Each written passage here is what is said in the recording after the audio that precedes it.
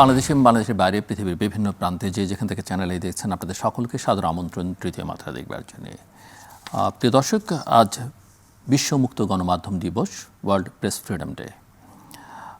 Reporters Sans ফ্রন্টিয়ার্সের প্রতিবেদন অনুযায়ী বিশ্বজুড়ে গণমাধ্যমের স্বাধীনতা গত 25 বছরের মধ্যে সর্বনিম্ন পর্যায়ে নেমেছে এবং গণমাধ্যমের যে স্বাধীনতার সূচক সেই সূচকে 3 ধাপ পিছিয়েছে বাংলাদেশ। 2026 সালের সূচকে গত বছরের তুলনায় 3 ধাপ পিছিয়ে 180টি দেশের মধ্যে বাংলাদেশের অবস্থান এখন 152তম।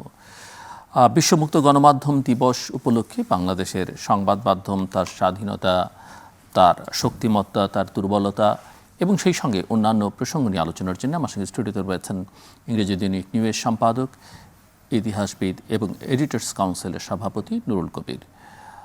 মিস্টার নুরুল কবির, আপনাকে স্বাগত তৃতীয় মাত্রায়। সো আজকে বিশ্ব মুক্ত গণমাধ্যম দিবস। আমি একটু বুঝতে চাই যে বাংলাদেশ, অনেকেই মনে করেন যে অনেকদিন পর এক ধরনের ভিন্ন রকমের স্বাধীনতার আমেজ ভোগ করছে, যে বহু বছর পরে বাংলাদেশে একটা নির্বাচন হয়েছে, নির্বাচিত সরকার দায়িত্ব পালন শুরু করেছে। তার আগে একটা নির্দলীয় নিরপেক্ষ অন্তর্বর্তীকালীন সরকার ছিল, নানা আলোচনা সমালোচনা সেটা নিয়েও আছে। কিন্তু এই পরিস্থিতিতে আপনি একজন সম্পাদক হিসেবে, সাংবাদিক হিসেবে কতটা স্বাধীন মুক্ত মনে করছেন? ধন্যবাদ আপনার প্রতিষ্ঠান সহ সব মিলিয়ে, এবং যেহেতু আপনি এডিটরসদেরও নেতৃত্ব দিচ্ছেন সব। ধন্যবাদ আপনাকে। দেখুন, একটা স্বাধীন গণমাধ্যম বলতে তো একটা বড় একটা এলাকা। আপনি ইমিডিয়েটলি আমরা যদি ছোট করে প্রথমে বলি, একটা জিনিস হচ্ছে যে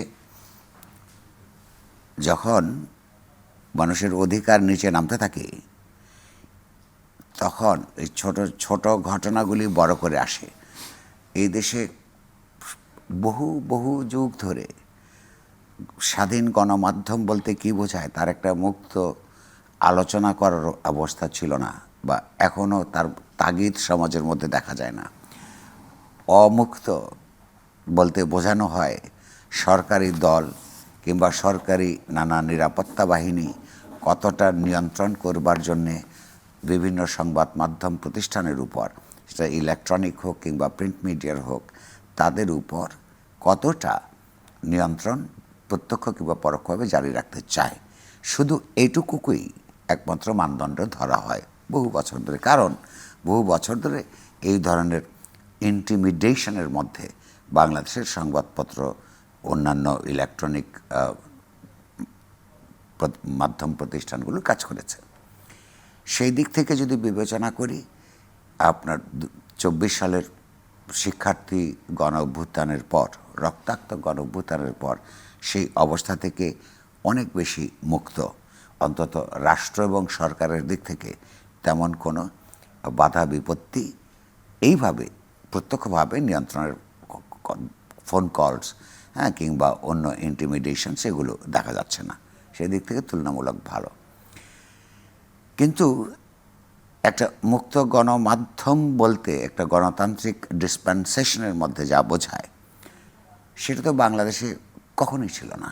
আপনি যদি লক্ষ্য করুন, বাংলাদেশ যখন শুরু হয় তখন থেকেই এই ব্রিটিশ আমলের, পাকিস্তানি আমলের যত ঔপনিবেশিক, নয়া ঔপনিবেশিক আইন গণমাধ্যম সমূহকে নিয়ন্ত্রণ করবার জন্য বিভিন্ন সময় তৈরি হয়েছে, রাষ্ট্রের তথ্য অবাধে জনগণের কাছ পর্যন্ত প্রবাহিত হবার জন্য যে একটা মুক্ত অবস্থান লাগে, তার বিরুদ্ধে রাষ্ট্রসমূহ বিভিন্ন সময় ঔপনিবেশিক রাষ্ট্র যে আইন কানুনগুলি প্রয়োগ এবং জারি রেখেছে, তার প্রত্যেকটি, প্রায় প্রত্যেকটি বাংলাদেশের এখনো পর্যন্ত বিদ্যমান আছে, জারি আছে।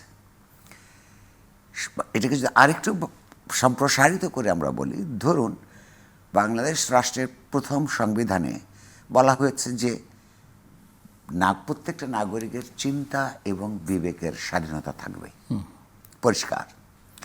তারপরেই বলা হয়েছে যে মত প্রকাশের স্বাধীনতা থাকবে কতগুলো শর্ত সাপেক্ষে। সেই শর্তের মধ্যে এমন শর্ত আছে যে বিদেশি রাষ্ট্রের সঙ্গে সম্পর্ক নষ্ট হবে এমন কোনো কাজ করা যাবে না, কথার কথা। তো প্রথম কথা হচ্ছে যে বিবেক এবং মতের, আপনার স্বাধীন চিন্তা করবার অধিকার আপনার আছে, বিবেকসম্মত চিন্তা করবার অধিকার আপনার আছে, কিন্তু সেই চিন্তা যদি প্রকাশ করবার ক্ষেত্রে আপনার বাধা বিপত্তি থাকে, তো স্বাধীন চিন্তা একজন নাগরিক, বিবেকসম্মত চিন্তা একজন নাগরিক করল, তাতে তার তো কোনো প্রভাব নাই প্রকাশ করবার ক্ষেত্রে। এই জিনিস বরাবরই ছিল। তো বলছে আইনানুগ বিধিনিষেধ সাপেক্ষে এই স্বাধীনতা আছে। তারপরে কি কি সব আইনানুগ ব্যবস্থা গ্রহণ করা হচ্ছে? ধরুন, স্বাধীনতার পরপরই প্রিন্টিং অ্যান্ড পাবলিকেশনস অ্যাক্ট তৈরি হয়েছে 1973 সালে। সেই প্রিন্টিং অ্যান্ড পাবলিকেশনস অ্যাক্ট অনুযায়ী আপনি যদি কোনো নতুন প্রকাশনা নিয়ে আসতে চান, কোনো পত্রপত্রিকা বের করতে চান, যে সমস্ত রিপোর্ট দাখিল করতে হয় এবং তারপরেও কতগুলো শর্তাদি সাপেক্ষে আপনি সেইটা মঞ্জুরি লাভ করবার পরেও 73 সালের আইনের মধ্যে মুদ্রণ, যেগুলো প্রেস যে কোনো সময় বাজেয়াপ্ত করতে পারে সরকার যদি মনে হয় যে আইনানুগ লেখা লিখছে না। আর যে কোনো সরকারের আইনানুগ মানেই হচ্ছে তার ব্যাপারে ক্রিটিক্যাল লেখাজোখা ছাপা হচ্ছে, খবর ছাপা হচ্ছে, কিংবা ধরুন পত্রিকা প্রকাশনা বন্ধ করে দিতে পারে, লাইসেন্স বাতিল করতে পারে। সেই আইনগুলো বাংলাদেশের বিভিন্ন সময় বহু সরকার পরিবর্তন হয়েছে, সামরিক, বেসামরিক, আপনার এর মাঝামাঝি নানা ধরনের সরকার পরিবর্তন হয়েছে। বিভিন্ন সময় এগুলো পরিবর্তন করবার দাবি উঠেছে, কিন্তু সেগুলো তো এখনও বিদ্যমান আছে। ধরুন, নাগরিকের যে মত প্রকাশের স্বাধীনতা, পত্রপত্রিকার কথা বাদ দিন, এটা তো একটা বড় একটা কম্প্রিহেনসিভ কনসেপ্ট। ধরুন, এখনও পর্যন্ত বাংলাদেশে আইন আছে যে সরকার ইচ্ছে করলে একজনের ব্যক্তিগত চিঠি আরেকজনকে পাঠানো সেটা খুলতে পারে। এটা তো একটা ভয়াবহ ঔপনিবেশিক পশ্চাৎপদ ধারণা। মানে মানুষের যে মত প্রকাশের স্বাধীনতা, আমি আপনাকে এনভেলপে করে ডাক বিভাগের মাধ্যমে একটা চিঠি লিখব, এই চিঠি খুলবার সরকারের এখন অধিকার আছে। এদেশে আইন হয়েছে এরকম যে সরকার, প্রধানমন্ত্রীর, স্পিকার, প্রেসিডেন্টের ব্যাপারে সমালোচনা করা যাবে না, অথচ এই তিনটাই আপনার তারা পাবলিক ফিগার। এই পাবলিক ফিগাররা নানান ধরনের সিদ্ধান্ত গ্রহণ করে, সেই সিদ্ধান্তকে যদি আপনি সমালোচনা করতে না পারেন, এটা আইনের মধ্যে আছে, বিদ্যমান, তাহলে কোথায় স্বাধীনতা থাকে?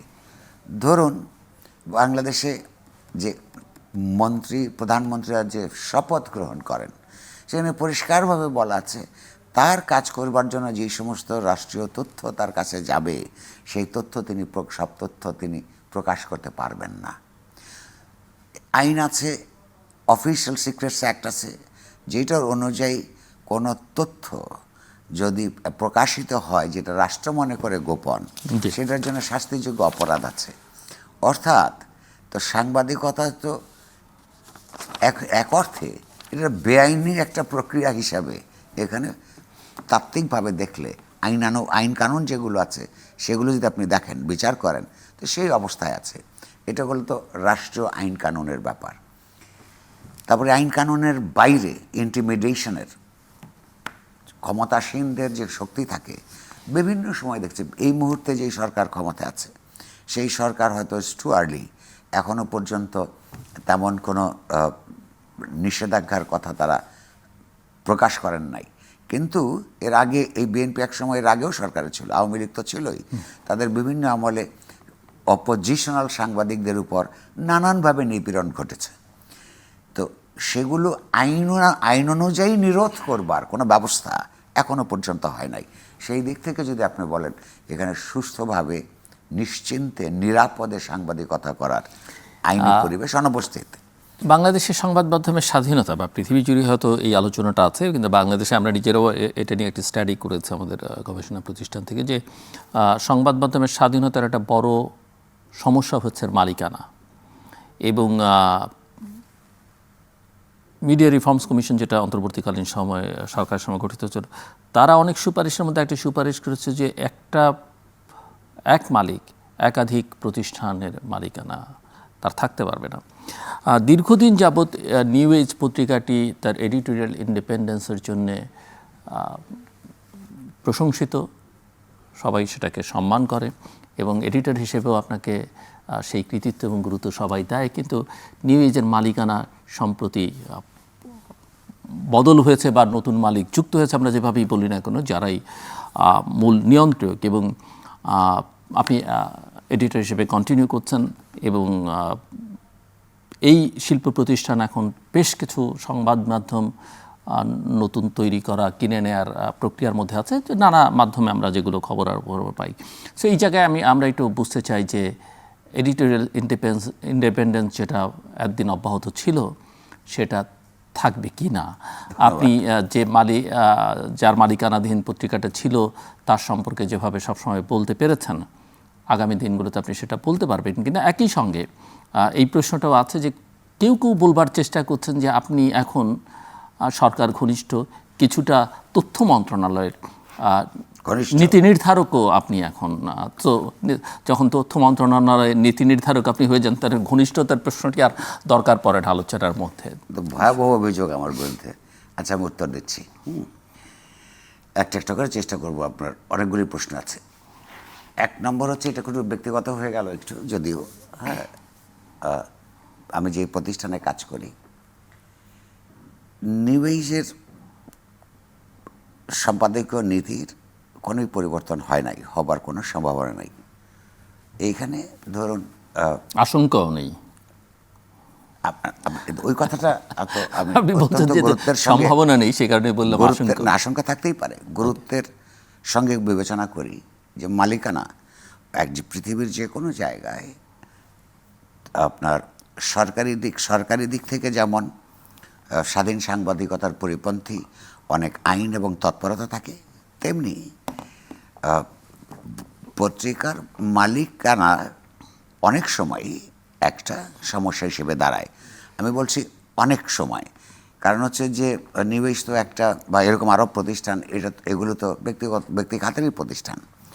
তো আমার স্বাধীনভাবে সাংবাদিকতা করতে বা আমার সহকর্মীদের এই সাংবাদিকতা করতে মালিকানা নিউ এজের কোনো পর্যায়ে কখনোই একটা বাধা হিসেবে দাঁড়ায়নি। আমাদের এখানে নতুন পুঁজি বিনিয়োগ এসছে, এটা অত্যন্ত জরুরি ছিল বহুদিন যাবৎ। যেমন বাংলাদেশে সবচেয়ে ভালো একটা পত্রিকা করতে হলে আপনাকে সবচেয়ে ভালো হিউম্যান রিসোর্সেস লাগবে, এবং সবচেয়ে ভালো হিউম্যান রিসোর্স দিয়ে আপনি কাগজ চালাতে চাইলে পর্যাপ্ত পরিমাণ ফাইন্যান্সিয়াল রিসোর্সেসও লাগবে। দুইটা একটা কম্বিনেশন লাগে, এবং এই কম্বিনেশনের পরে যারা ইনভেস্ট করবেন, সেই ইনভেস্টমেন্ট পুঁজি মানেই হচ্ছে তাকে লাভের আকারে ফেরত আসতে হবে। তো সুতরাং এটা পুঁজি ঘন প্রতিষ্ঠান হিসেবে সারা পৃথিবীতে মিডিয়া প্রতিষ্ঠানগুলো দাঁড়িয়েছে। সেখানে আপনার কম্পিট করবার জন্যে যত সাংবাদিকতার যত ব্রাঞ্চ আছে, সেই সমস্ত জায়গাগুলিতে আমাদের যে বিনিয়োগের দরকার ছিল, সেই বিনিয়োগের দিক থেকে আমাদের কিছু সমস্যা ছিল। অর্থাৎ মালিকরা, এই পত্রিকার মালিকরাই তার সেই অভাবটা বোধ করতেন। ফলে তারা নতুন পুঁজি এখানে আমন্ত্রণ জানিয়েছেন, সমঝোতা হয়েছে। আপনাকে এবং আপনার মাধ্যমে আপনার প্রশ্ন যারা জেনে গেলেন তাদের স্বস্তির জন্য বলে দিতে চাই, সেখানে একটা চুক্তিপত্র স্বাক্ষরিত হয়েছে। সেই চুক্তিপত্রে পরিষ্কারভাবে লেখা আছে যে নিউ এজ আগের মতোই তার সম্পাদকীয় স্বাধীনতা ভোগ করবে। তারপরেও আশঙ্কা থাকতে পারে, আমাকে যারা চেনে তারা জানে, যদি সেই আশঙ্কা সমস্যা আকারে আবির্ভূত হয়, প্রথমে সেটা লড়াই করবার চেষ্টা করব। কারণ আমি অনেক সম্পাদককে বা সাংবাদিককে চিনি যারা নিজেরা দলগত কারণে স্বাধীন সম্পাদকীয়তা চর্চা করেন না, মালিকদের উপর দোষ দেন, এরকম ঘটনা আমি জানি। তা আমি এবং আমার সহকর্মীরা যদি এরকম কোনো সমস্যা তৈরি হয়, আমরা সেটা ফাইট করবার চেষ্টা করব। দ্বিতীয়ত, সেই সংগ্রামে যদি পরাজিত হই, এরকম একটা অবস্থা দেখে, ওই জাস্ট হেঁটে বেরিয়ে চলে যাব। কারণ হচ্ছে স্বাধীনতা, স্বাধীনভাবে চিন্তা করা, স্বাধীন মত প্রকাশ করা, এটা আমার একটা প্যাশন। এই প্যাশন থেকে তো বেরোনোর কোনো ব্যবস্থা নাই। তবে আমাদেরকে পরিষ্কারভাবে, প্রথমে মৌখিক পরে লিখিতভাবে এই প্রতিশ্রুতি, নতুন যারা আসছেন, একটা শেয়ার হোল্ডিংয়ের মাত্রার একটা পরিবর্তন ঘটেছে, তারা আমাদেরকে এইভাবে আশ্বস্ত করেছেন। আমরা এটা বিশ্বাস করতে মানুষকে পছন্দ করি। আর যেই কোম্পানিটা এসছে সেই কোম্পানিতে এই দেশে অনেকগুলি প্রতিষ্ঠান, শিল্প কারখানা গড়ে তুলেছেন।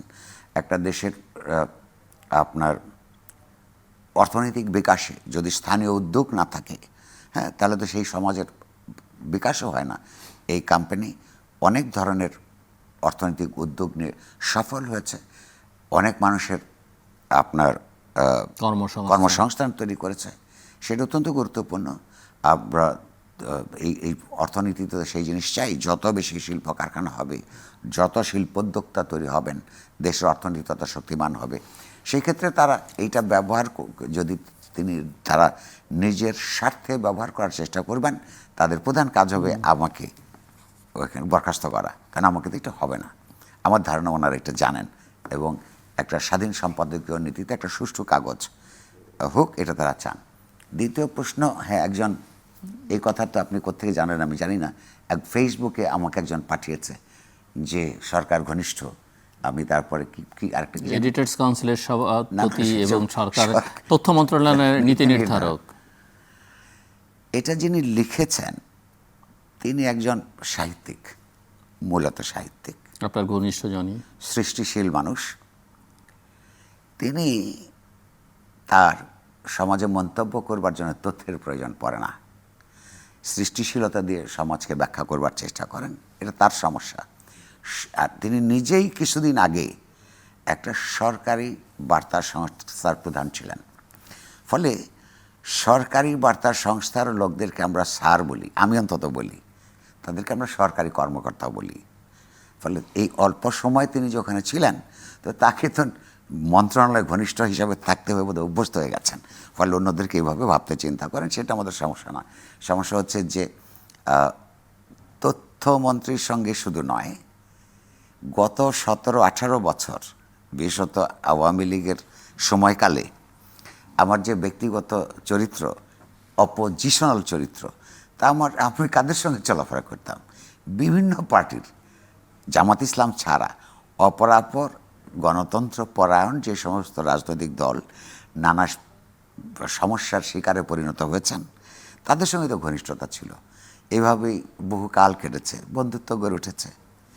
তো সেই বিবেচনাতে এখন আপনার অপোজিশনের সঙ্গে ঘনিষ্ঠ থাকবার কথা। আমি তো অলরেডি আমি বন্ধু সার্কেলে বলি যে আমি এখন নতুন বন্ধুত্বের জন্য আমি 3 ধরনের নতুন বন্ধুর সন্ধানে, না, হ্যাঁ, 3 ধরনের লক্ষ্য খুঁজি। কিছু জোগাড় হয়েছে। একটা হচ্ছে গুপ্ত আওয়ামী লীগ, আর একটা হচ্ছে বঞ্চিত বিএনপি, আর একটা হচ্ছে প্রতারিত জাতীয়তাবাদী। আচ্ছা, এটা 3টারই আমি ব্যাখ্যা দিতে পারি। ধরুন, অনেক মানুষ আছে জাতীয়তাবাদী দল করে, সত্যিকার অর্থে এটা একটা জাতীয়তাবাদী দল মনে করে। কিন্তু মার্কিন যুক্তরাষ্ট্রের সঙ্গে যখন অধ্যাপক ইউনূসের অন্তর্বর্তীকালীন সরকার একটা গোপন চুক্তি করলো মানুষকে না জানিয়ে, এবং পরবর্তীকালে সাংবাদিকতার মধ্য দিয়ে সেইটা যখন প্রকাশিত হলো, বেশ কিছু আমার চেনা জাতীয়তাবাদী দলের নেতাকর্মী দুঃখ পেয়েছে। কারণ তারা বোঝে যে এই যে দেশের স্বার্থ বিরোধী চুক্তিটা সম্পাদিত হলো, এবং অন্তর্বর্তীকালীন সরকারের একজন মন্ত্রী যখন দাবি করলেন যে এই চুক্তি গোপনে সম্পাদিত হয় নাই, বিএনপি এবং জামাত ইসলামের সঙ্গে তাদের অনানুষ্ঠানিকভাবে এই আলোচনা হয়েছে, জামাতে ইসলামী পরিষ্কার বলে দিয়েছে পরে যে তার এই দাবি অন্তত জামাতের ব্যাপার অসত্য, আমাদের সঙ্গে এটা আলোচনা হয় নাই, এবং এইটার আমরা পার্টি না। জাতীয়তাবাদী দল কিন্তু এরকম করে কোনো বিবৃতি দিতে পারে নাই, অর্থাৎ তারা এটা জানতো। তাহলে এই চুক্তিটা বাংলাদেশের জাতীয় স্বার্থের পরিপন্থী একটা চুক্তি। তাদেরকে আপনি এতে যেই সমস্ত লোকেরা এটা তো অসন্তুষ্ট, তার, হ্যাঁ, আসলে দেখলো যে জাতীয়তাবাদী দল জাতীয়তাবাদী কাজ করে নাই, এদেরকে আমি বলি প্রতারিত জাতীয়তাবাদী, বঞ্চিত বিএনপি যারা নমিনেশন পায় নাই, কিংবা মনে করে যথার্থ জায়গায় তারা পায় নাই, তারা সরকার ব্যাপারে গুপ্ত আওয়ামী লীগ ধরেন, এবারে বহু রকমের আছে। প্রত্যক্ষভাবে তারা আওয়ামী লীগ সরকারের সঙ্গে সংযুক্ত ছিল না, তাদের সুবিধা তারা গ্রহণ করে নাই, তারা অপ্রত্যক্ষভাবে আওয়ামী লীগ করতো, সমর্থন করতো। তা আওয়ামী লীগ করা তো অপরাধ না দল হিসেবে, মানে রাজনৈতিক দলের কর্মী হিসেবে, সমর্থক হিসেবে। কিন্তু তারা সাহস করে এখন তাদের নিজেদের কথা বলে না। এই 3 গ্রুপের মধ্যে আপনি বলছিলেন না, আমি এখন নতুন বন্ধুত্বের মেরুকরণ হচ্ছে। সরকারি যারা আমার বন্ধুদের একটা বিরাট অংশ এমপি মন্ত্রী হয়েছেন, তাদের যোগ্যতা দিয়ে হয়েছেন। ব্যক্তিগতভাবে 17 বছর আমি তাদেরকে অনেক নিপীড়নের শিকার হতে দেখেছি, তাদের সঙ্গে সম্পর্ক ছিল। এখন যে পৃথিবীর সর্বত্র সাংবাদিকতার সঙ্গে রাষ্ট্রের এবং সরকারের একটা বৈরী সম্পর্ক গড়ে ওঠে, এটা হইতেই হয়। কারণ গণতন্ত্রপরায়ণ সাংবাদিকতার কাজ হচ্ছে সরকারগুলোকে, ক্ষমতাকে প্রশ্নবিদ্ধ করা এবং ক্ষমতাকে জনস্বার্থের তরফে জবাবদিহিতার আওতায় রাখা। এটা বন্ধু হন কিংবা আত্মীয় হন, ক্ষমতায় থাকলে সেটা তাদের ভালো লাগে না। এমনিতেই আমাদের ইতিমধ্যেই আমার কিছু সমালোচনা থেকে তাদের সঙ্গে আমার সম্পর্ক তরল হতে শুরু করেছে। যেহেতু এই সমাজে তারাও অপারেট করবে না, আমরা অপারেট করবো, হ্যাভ পেশেন্স। হ্যাঁ, আমাদের অবস্থান খুব পরিষ্কার। বাংলাদেশের যে প্রবণতা আমরা দেখি যে প্রত্যেকটা সরকার গণমাধ্যমকে তার নিজস্ব হাতিয়ার হিসেবে ব্যবহার করতে চেয়েছে, এবং আমরা যদি দেশের প্রধান প্রধান সংবাদ মাধ্যমগুলো দেখি, যেমন বাংলাদেশ টেলিভিশন, বিটিভি, বাংলাদেশ বেতার, তাদের কোনো ধরনের সম্পাদকীয় স্বাধীনতা আছে বলে মনে হয় না, অন্তত পর্দা দেখলে বা ওই শব্দ শুনলে মনে হয় না। অন্যদিকে রাষ্ট্রায়ত্ত সংবাদ সংগঠন যে বাসস, বাংলাদেশ সংবাদ সংস্থা, তারও একই অবস্থা। সো আপনি কি মনে করেন যে এই প্রতিষ্ঠানগুলো তো জনগণের অর্থে পরিচালিত হয়, এই প্রতিষ্ঠানগুলোর ভূমিকা কী হওয়া উচিত? এবং একই সঙ্গে যে প্রশ্নটা, যে আপনি সরকারের মধ্যে ওই প্রবণতা, পুরনো যে প্রবণতা বিভিন্ন আমলে আমরা দেখেছি যে গণমাধ্যমকে নিজেদের করবার একটা চেষ্টা, সেটা দেখেন কি না? প্রথম কথা হচ্ছে যে এটা যে কোনো সরকারের বা মন্ত্রীর এটা একটা অন্তর্গত প্রবণতা, যে রাষ্ট্রীয় সম্প্রচার মাধ্যমগুলিকে ব্যবহার করবার একটা প্রয়াস তাদের সবসময় থাকে। এই সরকার সেই প্রয়াস হুমকি ধামকি দিয়ে করছে এরকম আর মনে হয় না এখনও। কিন্তু সেইটা বন্ধ করবার জন্য, যেমন আর কতগুলো সমস্যা থাকে। একটা সরকারি প্রতিষ্ঠানে যখন, নিয়ন্ত্রিত প্রতিষ্ঠানে, সেটা সম্প্রচার মাধ্যম হোক কিংবা অন্য যে কোনো প্রতিষ্ঠানে হোক, যখন একদল লোক কাজ করে 10 বছর, 20 বছর, 30 বছর এইভাবে কাজ করবার মধ্য দিয়ে তার চিন্তার প্রক্রিয়ার মধ্যে এক ধরনের অবচেতন দাসত্ব তৈরি হয়। স্বাধীন চিন্তা করতে, সৃষ্টিশীল চিন্তা করতে তাদের অসুবিধা হয় অভ্যস্ততার কারণে। ফলে আপনি সত্যিকার অর্থেই সম্প্রচার রাষ্ট্রের জনগণের পয়সায়, প্রত্যক্ষ করের পয়সায়, অপ্রত্যক্ষ করের পয়সায় চলা এই প্রতিষ্ঠানগুলোকে যদি মুক্ত করতে চান, তাহলে ওইখানে স্বাধীন চিন্তাশীল মানুষদেরকে আপনার ওই নেতৃত্ব দেওয়ার জন্য বেছে বেছে বসানো দরকার। বিএনপি সেইটা করবার কোনো উদ্যোগ গ্রহণ করেছে বলেও আমাদের চোখে এখনো পর্যন্ত পড়ে নাই। ফলে সেগুলি আগের মতোই ফাংশন করছে, এদেরকে কোনো নির্দেশও দিতে হয় না। ওই পুরনো অভ্যস্ততার কারণেই আপনার যখন যেই সরকার আসে তাদের পক্ষে তোতা পাখির মতন বলতে থাকে, সংবাদ পরিবেশন করতে থাকে। এখনও আমরা সেটাই দেখছি। আমরা আশা করি যে এখন যারা সরকারে আছেন তারা শুধু একটা জিনিস মনে রাখবেন, যে এই সরকারটা প্রতিষ্ঠিত হয়েছে অনেক বড় একটা গণঅভ্যুত্থানের ভিত্তিতে। যে পরিস্থিতি তৈরি হয়েছে সেই পরিস্থিতিতে তারা ক্ষমতা এসছেন। এই গণঅভ্যুত্থানের মধ্যে যে সমস্ত আশাকাঙ্ক্ষা মানুষের স্লোগানের মধ্য দিয়ে, ফেস্টুনের মধ্য দিয়ে, দেয়াল লিখনের মধ্য দিয়ে আপনার প্রকাশিত হয়েছিল, এই জিনিসগুলো যদি তাদের ঘরে কিংবা অফিসের ডেস্কের মধ্যে না রাখেন, তারা ভুল করবেন। কারণ হচ্ছে মাত্র 3 সপ্তাহের ব্যবধানে সহস্রাধিক তরুণ তরুণী, বৃদ্ধ, শিশুকে মৃত্যুবরণ করতে হয়েছে, কয়েক হাজার পঙ্গুত্ব বরণ করেছেন। এই সময়টা এইবারের সরকার অপরাপর সরকারের তুলনায় যে পার্থক্যটা থাকার কথা, এটা তারা ভুল না করলে অতি দ্রুত সময়ের মধ্যে তারা সমস্যার মধ্যে পড়বেন। আর মন্ত্রীর কথা বলি, সরকারের সঙ্গে আমার সম্পর্কের কথা। ইতিমধ্যে আমার খুব ঘনিষ্ঠ বন্ধু, অনেক বছরের বন্ধু, যার সঙ্গে সম্পর্কে ইতিমধ্যেই তরল হওয়া শুরু করেছে, যদিও আমি পাবলিকলি স্বীকার করছি, তাকে আমি একটা অনুরোধ করেছি যে ভাই, আপনি তথ্যমন্ত্রী হয়েছেন, আমার অবস্থান ঠিক তার আপনার বিপরীতে।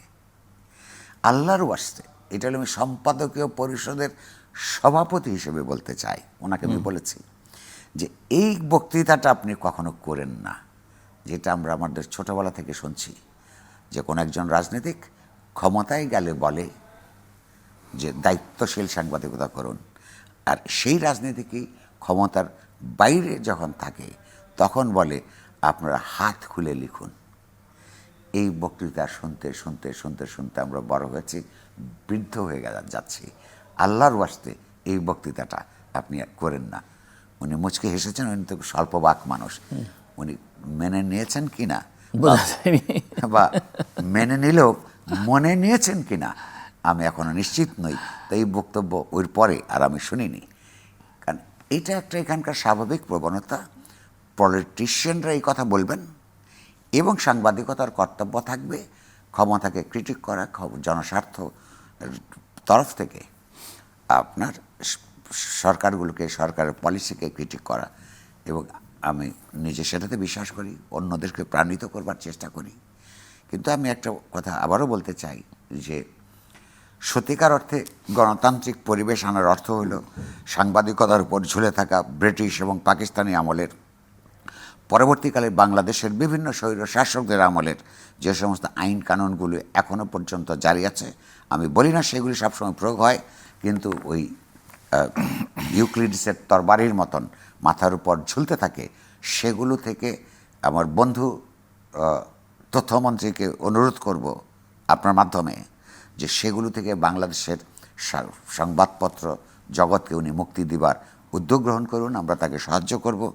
একটা গণ অভ্যুত্থানের মধ্য দিয়ে প্রতি সরকার আমরা কিছুটা সময় ধরে তাদের সঙ্গে এনগেজ করারও চেষ্টা করব। তারা ডাকলে আমরা আলাপ করব, আমরা ডাকলে তারা আসবেন, কিন্তু তারও একটা নির্দিষ্ট সময় আছে।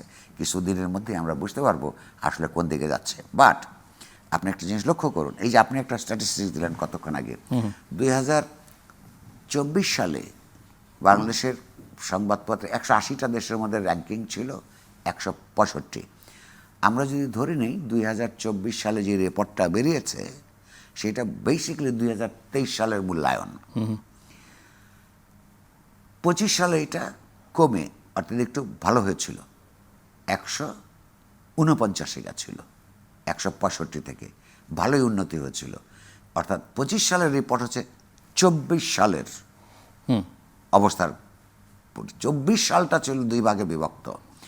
আগস্টের আগ পর্যন্ত, 5ই আগস্টের আগ পর্যন্ত বাংলাদেশ আওয়ামী লীগের নিয়ন্ত্রণাধীন ছিল।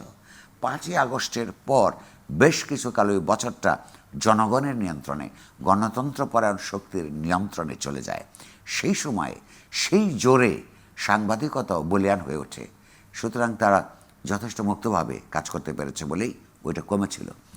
তো 26 সালে আমরা দেখছি আবার ওই 165 থেকে বা 149 থেকে আবার 152 উঠেছে। অর্থাৎ এক ধরনের নেতিবাচক প্রবণতা তৈরি হয়েছে। আমরা ধরে নিব এটা 25 সালের ঘটনা। তো 25 সালটা প্রধানত আপনার অন্তর্বর্তীকালীন সময়ের মধ্যেই পড়ে, তাই তো? তার একটি কারণ সম্ভবত ন্যায্য কারণ, বাংলাদেশের বহু শিল্পী, সাহিত্যিক এবং সাংবাদিকদের বিরুদ্ধে আওয়ামী লীগের স্বৈরতান্ত্রিক সরকারকে সহযোগিতা করার অভিযোগে তাদের বিরুদ্ধে অন্তত 130 জনের বিরুদ্ধে মামলা হয়েছে। সেই মামলার বিরুদ্ধে হত্যা, মানবতা বিরোধী অপরাধের মতো গুরুতর অভিযোগ আনা হচ্ছে। অন্তত 5 জন অত্যন্ত পরিচিত সাংবাদিক কারাগারে আছেন, যাদের নিয়ে সিপিজে সহ অন্যান্য আন্তর্জাতিক সংগঠনগুলো বিবৃতি দিচ্ছে।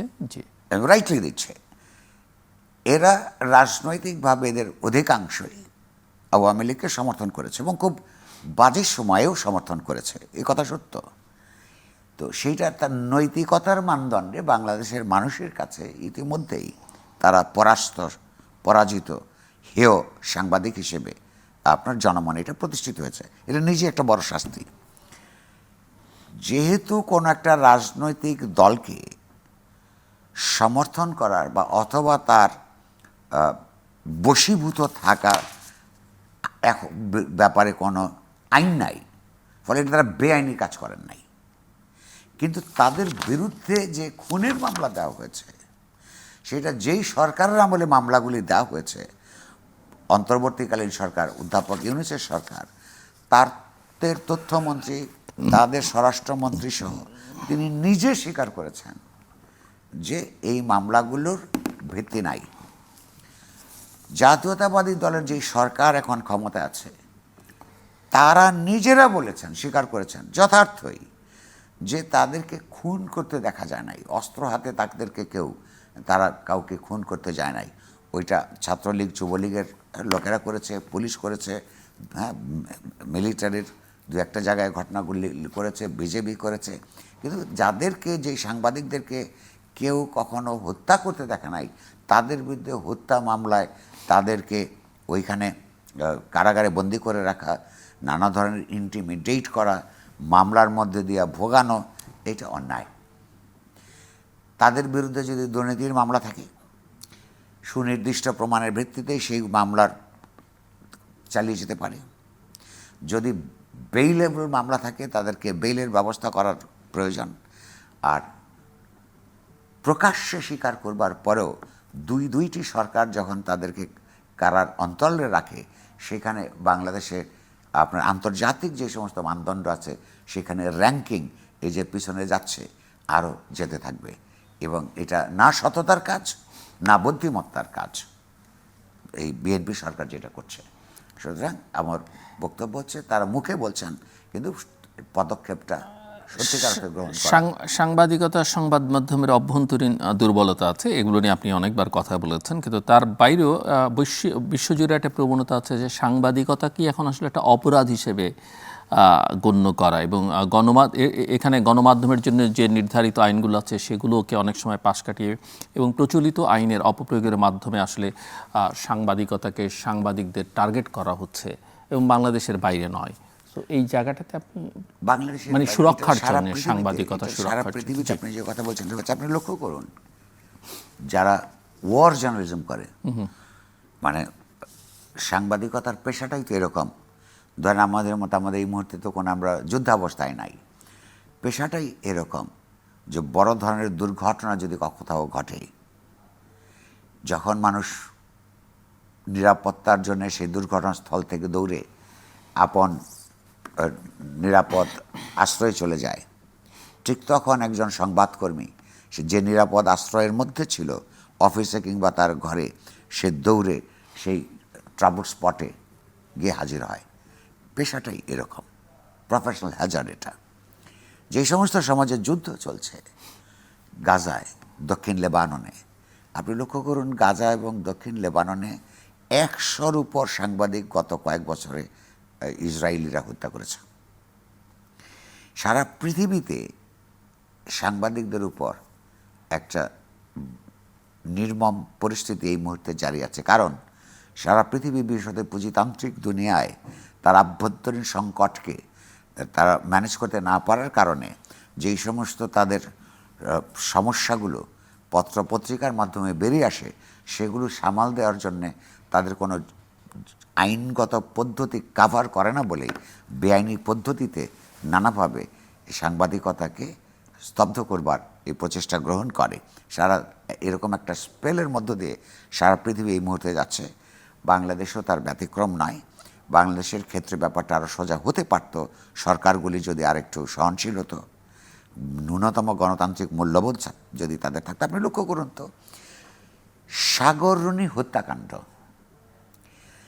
এই যে কয়েকটা আমল চলে গেল সরকারি, প্রতিটা সরকার বারবার বলেছে যে তাদের চার্জশিট দেওয়া হবে, তাদের ট্রায়াল প্রসেসের মধ্যে যাবে, এখনো পর্যন্ত যায় নাই। এটা কারণ কি? দুটো হতে পারে তাত্ত্বিক অর্থে। একটা হচ্ছে যে ইনভেস্টিগেশন প্রসেসে কয়েক শবার এইটাকে আপনার চার্জশিট দেওয়ার তারিখ বদল করা হয়েছে, হয় যে সমস্ত কর্মকর্তাদেরকে এটা এই পর্যন্ত অনেক কর্মকর্তাকে নিয়োগ করা হয়েছে, তাদের যোগ্যতা এবং দক্ষতার অভাব, যে তারা এটা চার্জশিট দাখিল করতে সমর্থ নয়, অথবা এই পুরো ইনভেস্টিগেশন প্রক্রিয়াটার মধ্যে হত্যাকারীদের আপনার অদৃশ্য হাত সেইটাকে নিয়ন্ত্রণ করেছে এবং সরকারগুলো কোনো না কোনোভাবে সেইটাকে প্রশ্রয় দিয়েছে।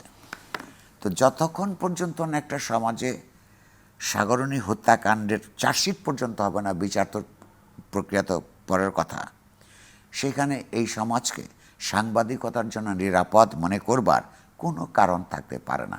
কিংবা ধরুন সেই দিন ডেইলি স্টার এবং প্রথম আলোর সাংবাদিকতা আপনার পছন্দ নাও হতে পারে, এরকম বহু পত্রিকার সাংবাদিকতা আমার নিজের পছন্দ হয় না, আপনাদেরও নাও হতে পারে।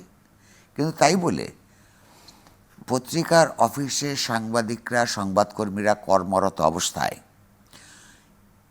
পরিষ্কারভাবে আগের থেকে পরিকল্পনা এবং ঘোষণা দিয়ে চারপাশে আগুন লাগিয়ে দিয়ে মধ্যযুগ কায়দায় সংবাদকর্মীদেরকে আগুন লাগিয়ে সাফোকেট করে ধোয়া দিয়ে হত্যা করবার যে প্রচেষ্টা আমরা দেখলাম, সেটার ব্যাপারে মামলা হয়েছে।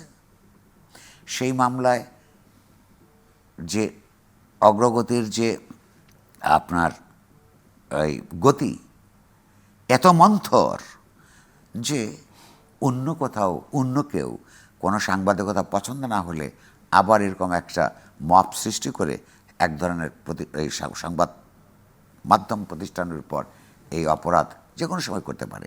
সরকার এগুলো ত্বরান্বিত যখন করে না, তখন বুঝতে হবে হয় সরকারের নিজস্ব ভেস্টেড ইন্টারেস্ট আছে যে তারাও চেয়েছে এগুলোর শাস্তি হোক, কারণ এক সময় এই দুটি পত্রিকা তাদের বিরুদ্ধে অনেক কখনো কখনো অন্যায্যভাবেও লিখেছে, তার প্রতিশোধ তারা যা নিচ্ছে, অথবা তারা যথেষ্ট যোগ্য দক্ষ কর্মকর্তা নিয়োগ করতে ব্যর্থ হচ্ছেন।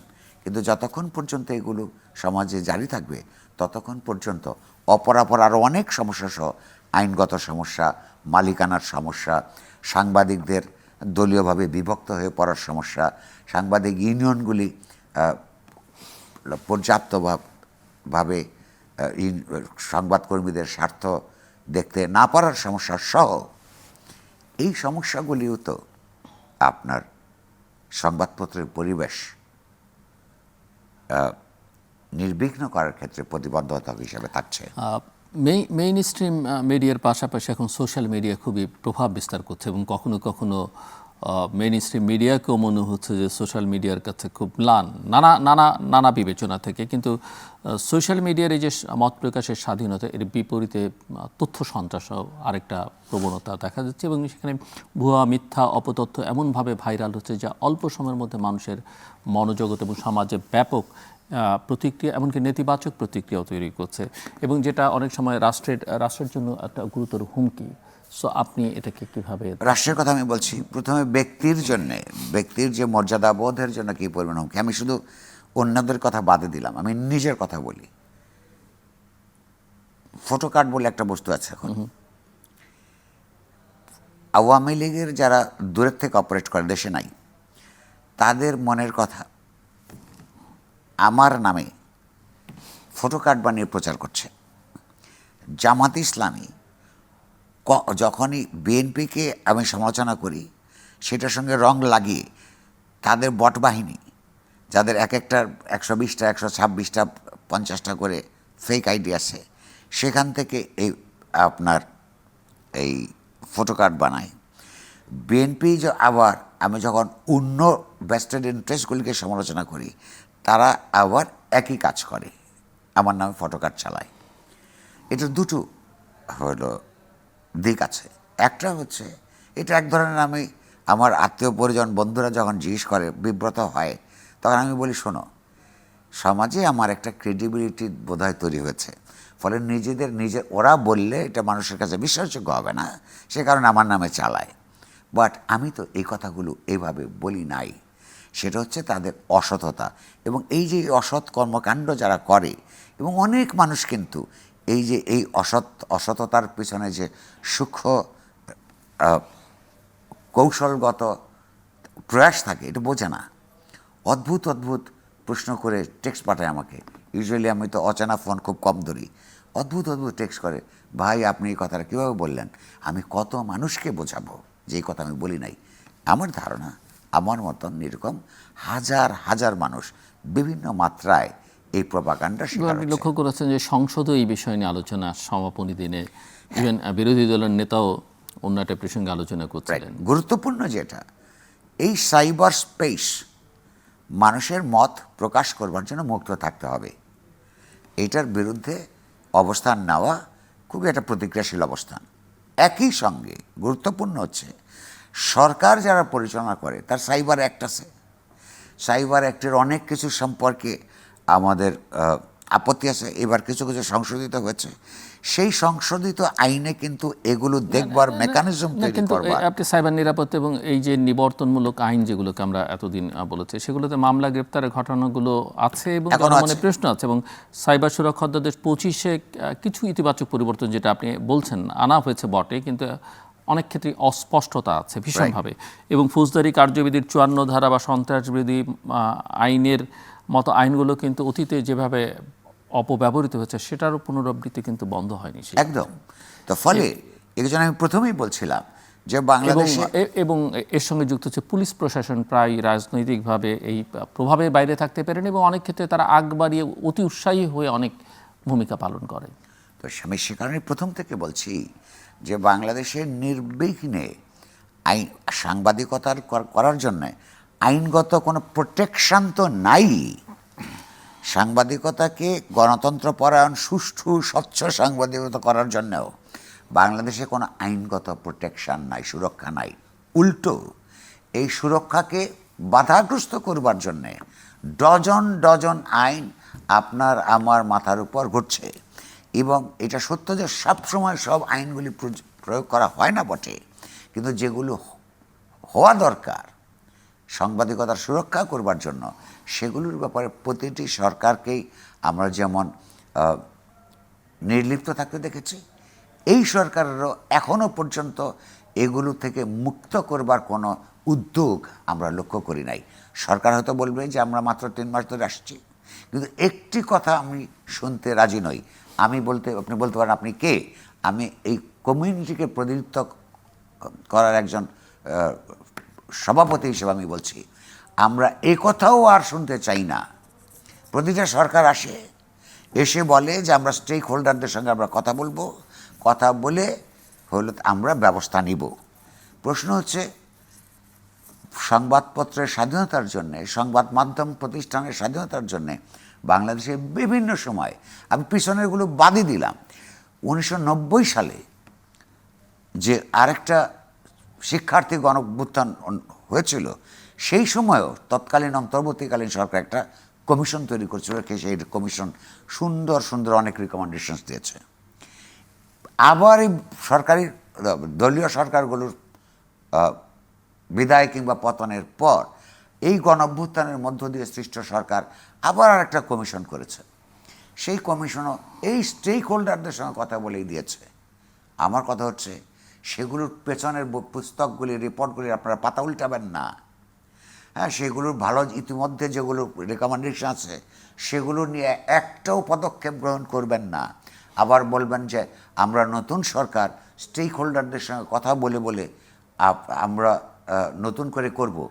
আমি মনে করি এইটা হচ্ছে সময়কে ক্ষেপণ করবার একটা কৌশল। আমাদের যে সংগঠন আছে সেই সংগঠনও আমি বলবো, সরকার যদি আমাদেরকে আবার বলে স্টেক হোল্ডারদের সঙ্গে কথা বলার জন্য আসেন, আলাপ করি, আমরা প্রথমে বলবো যে গত রিপোর্টসগুলির মধ্য থেকে আপনারা কোনটা বাস্তবায়ন করবেন বলে সিদ্ধান্ত নিয়েছেন সেগুলো আমাদেরকে জানান। তারপরে আমরা সিদ্ধান্ত নেব, আলোচনায় বসবো কি বসবো নাকি আমরা আমাদের মতন করে জনমত তৈরি করবার চেষ্টা করব। চিত্রটা তো মানে একটা ভয়াবহতা দেখেন আপনি। প্রধানমন্ত্রীর পরিবার, বিরোধী দলের নেতা, কেউই কিন্তু রক্ষা পাচ্ছে না। বিরোধী দলের নেতা, যেটা আমি বলছিলাম যে সংসদে দাঁড়িয়ে তিনি তো বলেছেন, আপনি শুনেছেন, এই বিষয়ে কঠোর হবার জন্যে। উনি বিশেষভাবে বলেছেন প্রধানমন্ত্রীর কন্যা জাইমার উপর সাইবার স্পেসে যে আক্রমণাত্মক কথাবার্তা লেখা হয়েছে, সেটার যে অপমানজনক কথাবার্তা যারা লিখেছে তাদের বিচার চেয়েছেন এবং এই অপরাধ, এই নারীর বিরুদ্ধে, এই মেয়ের বিরুদ্ধে এই অপরাধকে ক্ষমা না করার জন্য বলেছেন। আমি এই কথাটা ভীষণভাবে পছন্দ করেছি, কিন্তু সঙ্গে সঙ্গে আমার কি মনে হয়েছে জানেন, এই একই অবস্থান যদি জামাতে ইসলামী 1971 সালে যেই সমস্ত নারীদের উপর যার নানানভাবে অন্যায় করেছে, নিপীড়ন করেছে, অমর্যাদা করেছে, একই সঙ্গে তিনি যদি তার দলীয় সিদ্ধান্ত একটা গ্রহণ করতে পারতেন যে এত বছর পরে সে এখনো পর্যন্ত তাদের মধ্যে যারা জীবিত আছে, যে অভিযোগ আছে, তাদের বিরুদ্ধে কতগুলো আমরা পদক্ষেপ গ্রহণ করি, তাহলে আমার মনে হয় একটা সত্যিকার অর্থে একটা বস্তুনিষ্ঠ অবস্থান তিনি নিয়েছেন বলে বিশ্বাস করা যেত। সংসদে সম্প্রতি পাশ হওয়া ডিজিটাল পরিসর সংশ্লিষ্ট যে আইনগুলো মানুষের মত প্রকাশ এবং ব্যক্তিগত গোপনীয়তার জন্য ঝুঁকিপূর্ণ, অধিকার রক্ষায় প্রতিটা আইন পর্যালোচনা করা দরকার। অনেকেই বলছেন সম্প্রতি digital rights Asia Pacific Bangladesh জাতীয় সম্মেলন 2026 অংশ নিয়ে আলোচকরা এরকম অভিমত দিয়েছেন। তারা বলছেন যে অংশীজনদের মতামত ছাড়াই আইনগুলো দ্রুত পাশ করা হয়েছে, তার ব্যাপক ডিজিটাল নজরদারির সুযোগ আছে, এমন কিছু ধারা বহাল রাখা হচ্ছে। তা আপনার মতামত শুনতে চাই, কিন্তু আপনি নিজেই বারবার বলছেন যে অংশীজনদের সঙ্গে সবসময় আলাপ করে এমন একটা কিছু করেন পরে আর পৃষ্ঠে উল্টে দেখেন না। রাইট, আমার কথা এখানে যে এটা দু ধরনের কাজ সরকার এবং সরকারি আমলাতন্ত্র করে থাকে। একটা হচ্ছে অংশীজনদের কথা বলে যাদের সঙ্গে আলাপ করে তারা প্রকৃত অংশীজন না, সবসময় এই একটা কাজ করে। আরেকটা কাজ করে যে প্রকৃত অংশীজনদের সঙ্গে আলাপ করলেও পরে যে রিপোর্টটা তৈরি করে সেইটা আপনার বাস্তবায়ন করা হয় না, আবার নতুন করে যে পিছনের মধ্যে ভুল ছিল। কিন্তু প্রত্যেকটার মধ্যে কিছু না কিছু কমিশন, যেই পরিপ্রেক্ষিতে এই কমিশনগুলো হয়েছে, কিছু ভালো কথা থাকে, ভালো অনুমোদন থাকে, রেকমেন্ডেশনস থাকে, সেগুলোর কোনগুলি তারা বাস্তবায়ন করবে বলে ঠিক করেছে, এই কথা না শুনে তাদের সঙ্গে নতুনভাবে আলোচনা করতে যাওয়ার কোনো অর্থ হয় না। আমরা শেষের দিকে যেহেতু এতক্ষণ গণমাধ্যম নিয়ে আলোচনা করলাম, কিন্তু দর্শকরা আপনার কাছ থেকে দেশের সর্বশেষ পরিস্থিতি সম্পর্কে আপনার মূল্যায়ন শুনতে চাই, কিন্তু আমার হাতে খুব বেশি সময় নেই 5-6 মিনিট আলোচনার জন্য। আমি একটু জাস্ট আপনার কাছ থেকে বুঝতে চাই, ত্রয়োদশ জাতীয় সংসদের প্রথম অধিবেশন শেষ হয়েছে, পার্লামেন্টের বহুদিন পর একটা নির্বাচিত পার্লামেন্ট আমরা দেখলাম। পার্লামেন্টের পারফরমেন্স কেমন দেখলেন আপনি? দীর্ঘদিন সংসদ সাংবাদিকতা সংসদের নিয়ে রিপোর্ট করেছেন আপনি, সেই অভিজ্ঞতার আলোকে একটু বুঝতে চাই। আরেকটা হচ্ছে যে গভর্নমেন্টের পারফরমেন্স আসলে কেমন দেখছেন আপনি? গভর্নমেন্টের পারফরমেন্স তো আমি খুব দেখি নাই। গভর্নমেন্ট বলতে এখন সালাউদ্দিন সাহেবকে মনে হয়, কারণ প্রধানমন্ত্রীর পক্ষ থেকে প্রধানমন্ত্রী উপস্থিত থাকা অবস্থায়ও তিনি বক্তব্য দেন, প্রায় সব বিষয়ে তিনি বক্তব্য দেন। তবে তিনি সর্বশেষ যে কথাটা আমার কানে এখনও লেগে আছে, সেটা হচ্ছে উনি বলছেন যে জুলাই সনদ নিয়ে তাদের অনেক আপত্তি থাকা সত্ত্বেও এইটাকে বাহানা হিসেবে ধরে যেতে জামায়াত এবং এনসিপি নির্বাচনকে পিছিয়ে দিতে না পারে, এই জন্যে তারা কিছু কিছু জিনিস অ্যাগ্রি করেছেন, সমঝোতা করেছেন। এই কথার মধ্য দিয়ে পরিষ্কার যে তারা বিশ্বাস করেন না এমন কিছু কাজ তারা করেছেন। এখন যেহেতু তারা ক্ষমতা কনসলিডেট করেছেন, সুতরাং এখন ওগুলি তারা করবেন না। আমি শুধু আমাদের স্বরাষ্ট্রমন্ত্রী সালাউদ্দিন সাহেবকে নয়, শুধু তাকে নয়, ক্ষমতাসীন জাতীয়তাবাদী নীতি নির্ধারকদেরকে অনুরোধ করব, আবারও এখনো পর্যন্ত আমরা অনুরোধী শব্দই ব্যবহার করব, যে বাংলাদেশে 24 সালের যে শিক্ষার্থী গণঅভ্যুত্থানটা হয়েছে, তার মধ্য দিয়ে মানুষের চিন্তার কতগুলি র্যাডিক্যাল পরিবর্তন ঘটেছে। তার আকাঙ্ক্ষা বাংলাদেশের রাষ্ট্র এবং সমাজকে গণতান্ত্রিক রূপান্তরের দিকে পরিষ্কারভাবে নির্দেশিত আছে। তার অনেক কিছুই জুলাই সনদের মধ্যে যারা এনসিপির তরুণরা সেই দিন সামনে নিয়ে এসেছে, বিভিন্ন স্লোগানে, বিভিন্ন দেয়াল লিখনে যেগুলো আপনার প্রতিবাদ হয়েছে, সেগুলোর বিরাট একটা অংশ বাংলাদেশের সমাজ এবং রাষ্ট্রের গণতান্ত্রিক রূপান্তরের জন্য অপরিহার্য। সব কিছুতে সব দল, সব ব্যক্তি, সব গ্রুপ একমত হবে না, কিন্তু ওইগুলিকে ইগনোর করে, অর্থাৎ যেরকম চালাকি করে তারা একমত হয়েছেন বলে তিনি নিজেই স্বীকার করছেন, ওই রকম কোনো চালাকি করে আপনার জুলাই সনদের গণতান্ত্রিক মর্মবস্তুকে উপেক্ষা করবার চেষ্টা দেশের সমাজের জন্য তো ক্ষতিকর হবেই, তাদের নিজেদের জন্য ক্ষতিকর হবে। চালাকি একটা পর্যায় পর্যন্ত হয়তো কারোর কাজে লাগে, কিন্তু শেষ পর্যন্ত এটা পে করে না, শেষ পর্যন্ত মানে কোনো ইতিবাচক ফল প্রসব করে না। জামাত ইসলামীদের বা এনসিপিদের তাদের পারফরমেন্স এটা একটা প্রথম। তারা তাদের মতন করে সরকারকে ক্রিটিক করবার চেষ্টা করেছে, কখনো যৌক্তিকভাবে, কখনো অযৌক্তিকভাবে। আবার কখনো কখনো মনে হচ্ছে এখানে তো কোনো বিরোধী দলই নাই, হ্যাঁ, সেই আমি ডামির মতোই মনে হয়েছে। কিন্তু আমি বলবো যে এখনও এটাকে বড়ভাবে ক্রিটিক করার সময় এই পার্লামেন্টে একটা সেশন দিয়ে এখনই বলা যায় না, কিন্তু এটাকে আরও জীবন্ত করে তোলা দরকার। আর এই পার্লামেন্টের বিতর্কের সময় অন্তত আওয়ামী লীগ যখন অপোজিশনে থাকে বা থাকতো, তাদের অনেক ক্যারেক্টারকে মানুষ মিস করবে বা করে। তারা যেই পরিমাণ তাদের অভিজ্ঞতার কারণেই এবং তাদের সহজাত বৈশিষ্ট্যের কারণেই যেই ধরনের উত্তেজনা তৈরি করতে পারত, এবং এর মধ্যে উত্তেজনা তৈরি করার কোনো কাজের কথা না, কিন্তু অনেকেই আবার যৌক্তিকভাবে সরকারকে যেইভাবে জবাবদিহিতার মধ্যে আনবার চেষ্টা করতো, সেই দক্ষতা এদের অনেকের মধ্যেই গড়ে ওঠে না, হয়তো উঠবে, কারণ সময় তো একরকম করে থেমে থাকবে না কখনো। দেখা যাক ভবিষ্যতে আর কিছু যোগ করবেন আপনি? আলোচনা আমরা শেষ করতে চাই, মিনিট দুয়েক। আমার কথা হচ্ছে আজকে যেই দিনে আপনি আমাদেরকে কথা বলছেন, সুযোগ দিয়েছেন, সেজন্য ধন্যবাদ। আবারও বলছি, বাংলাদেশের সমাজ এবং রাষ্ট্র পুরোপুরি অগণতান্ত্রিক অবস্থায় আছে। এখানে পুরুষতন্ত্র আছে, এখানে স্বৈরতন্ত্র আছে, এখানে অসহিষ্ণুতা আছে, ইত্যাদিভাবে নানানভাবে এখানে সাম্প্রদায়িকতা আছে, এখানে রাষ্ট্রের সংবিধানের সাম্প্রদায়িকতা আছে, জাতিগত সাম্প্রদায়িকতা আছে, ধর্মগত সাম্প্রদায়িকতা আছে। এই সব কিছুই একটা রাষ্ট্র এবং সমাজের গণতান্ত্রিক রূপান্তরের পরিপন্থী।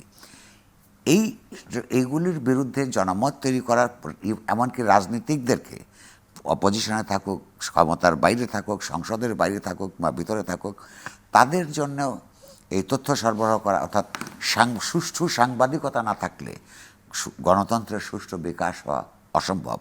ফলে আমরা চাই বাংলাদেশে দলনিরপেক্ষ গণতান্ত্রিক ভাবাদর্শী সাংবাদিকতা বিরাজিত থাকুক। তার যে সমস্ত প্রতিবন্ধকতাগুলো আছে, আইনি এবং বেআইনি, সেগুলোকে বিলুপ্ত করার ব্যবস্থা সরকার এবং বিরোধী দল মিলে ব্যবস্থা করুক। সাংবাদিকতা, গণতান্ত্রিক সাংবাদিকতা গণতান্ত্রিক রাজনীতিকে সহযোগিতা করতে পারে। আর যদি সেটা না করে, ইতিহাসের অমুখ নিয়মে সাংবাদিকতার সঙ্গে আপনার আধিপত্যশীল রাজনীতির সংঘর্ষ অনিবার্য, এবং এই সাংঘর্ষিক পর্যায়ে যাতে না যায়, সেটার জন্যে রাজনীতিকদের বেশি সচেতন হওয়া দরকার। আমরা কিন্তু সংবাদপত্রকর্মী হিসেবে আমাদের অধিকার জনস্বার্থের তরফে অ্যাসার্ট করেই যাব। অনেক ধন্যবাদ আপনাকে আমাদের সময় দেওয়ার জন্য। দর্শক, কথা বলছিলেন নিউজ সম্পাদক নুরুল কবির, এবং তার শেষ কথার পরে আসলে আর নতুন করে কিছু বলবার নেই। একটাই কথা, যে আমরা স্বাধীন মুক্ত গণমাধ্যম চাই। আমরা যদি গণতন্ত্র চাই, স্বাধীন বা মুক্ত গণমাধ্যমের কোনো বিকল্প নেই। আমাদের সঙ্গে থাকবার জন্য অসংখ্য ধন্যবাদ। আপনাদের সবার জন্য শুভকামনা।